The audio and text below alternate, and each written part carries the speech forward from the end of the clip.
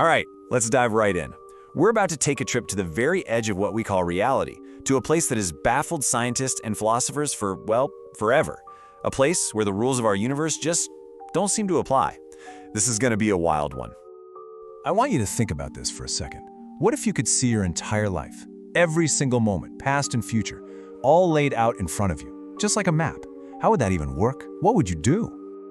And let's take it a step further. What if there are beings out there living in a higher reality who can look down on us from angles that don't even exist in our world? Could we just be characters in a book that they can flip through anytime they want? Let's find out. Okay, so to even start wrapping our heads around something like a fifth dimension, we've got to build our own reality from scratch first.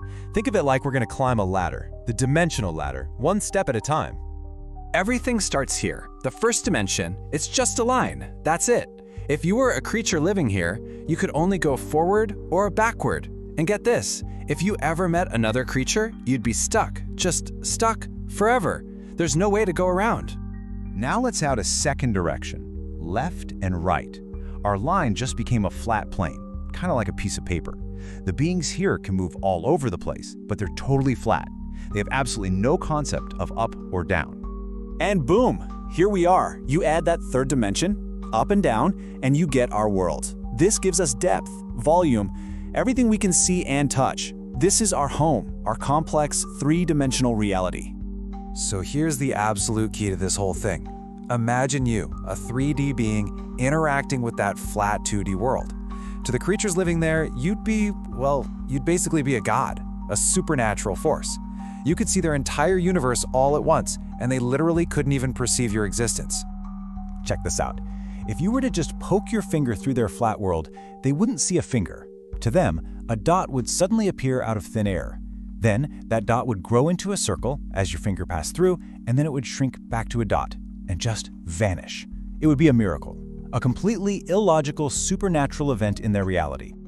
So we've got our three spatial dimensions down, but to actually describe any event happening in our universe, we need one more ingredient, and that brings us to the fourth dimension. You know, it was Albert Einstein who really nailed this down. He realized that to pinpoint anything, you need its three coordinates in space, sure, but you also need its coordinate in time. For us, time feels like this unstoppable river, right? It just carries us forward from the past, through the present, and into the future. No turning back. And that finally brings us to the big one, the fifth dimension. And this is where things get really, really interesting, because our understanding basically splits into two completely different paths. So on one side, you've got the physical view. This says the fifth dimension is a real place, another spatial dimension, where our whole timeline, past, present, future, is just there, visible all at once. A place where you could maybe even jump between different possibilities, different versions of your life. Then you have the other view, the spiritual one, and it says the fifth dimension isn't a place at all, but a state of mind. According to this theory, it's a higher level of consciousness. It's about being completely free from all the stuff that weighs us down. Fear, ego, negativity. It's a state of pure being, unconditional love. Communication is telepathic. Our ideas of time and space just fall away. You could call it total enlightenment. So if a fifth dimension really exists, physical, spiritual, whatever, how would we even know? How could it interact with our world? To figure that out, let's go back to our little 2D friends. Remember how a 3D person is basically a god to a 2D world? Well, the only way you could really interact with that flat world without breaking it is by casting a shadow. To those flatlanders, your shadow would just be this weird, ghostly shape that appears and disappears for no reason at all. Totally inexplicable. And that leads to this mind-bending question.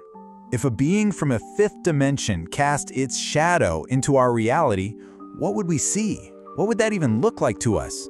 Could it explain some of the stuff we just can't explain? And look, this idea that higher dimensions could mess with our time isn't just science fiction. We've got to look at time itself. It was Stephen Hawking who showed us that space and time aren't this fixed, rigid stage where things happen. Nope, they're flexible, dynamic, they can be bent, stretched, and warped. Let's break this down. Right now, as you're sitting there, time is passing normally for you. We'll call that 1x speed. 1 second for you is 1 second for me. Simple enough, right? That's our baseline. But here's where it gets weird.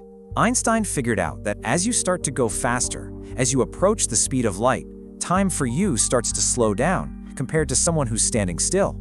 And this isn't just a theory, it's been proven. They've put super accurate atomic clocks on jets, and yep, they tick just a tiny bit slower. So what if you could actually hit the speed of light? Well, theoretically, time for you would just stop. It would freeze. You could fly across the entire galaxy, and to you, it would feel like no time had passed at all, even while millions of years went by back on Earth. Which of course leads to the ultimate question. If going really, really fast slows time down and hitting light speed stops it, what happens if you go faster? Do you break the cosmic speed limit and make time run backward? Well, in theoretical physics, this idea actually has a name. It's called imaginary time. Now, it's called imaginary because the math gets pretty wild, using something called imaginary numbers. But the concept is basically an axis of time that runs perpendicular to our normal, real time. And in that dimension, the rules are different. Moving into the past could be just as easy as moving forward. And all of this leaves us with one last, kind of haunting thought. Think about those strange moments, that weird feeling of déjà vu, a gut instinct that turns out to be right, or even those ghostly apparitions that people swear they've seen. Are they just glitches in our brain? Or could they be something more? Could they be the faint ripples, the briefest of shadows, cast into our world from a reality that's hiding just beyond our own?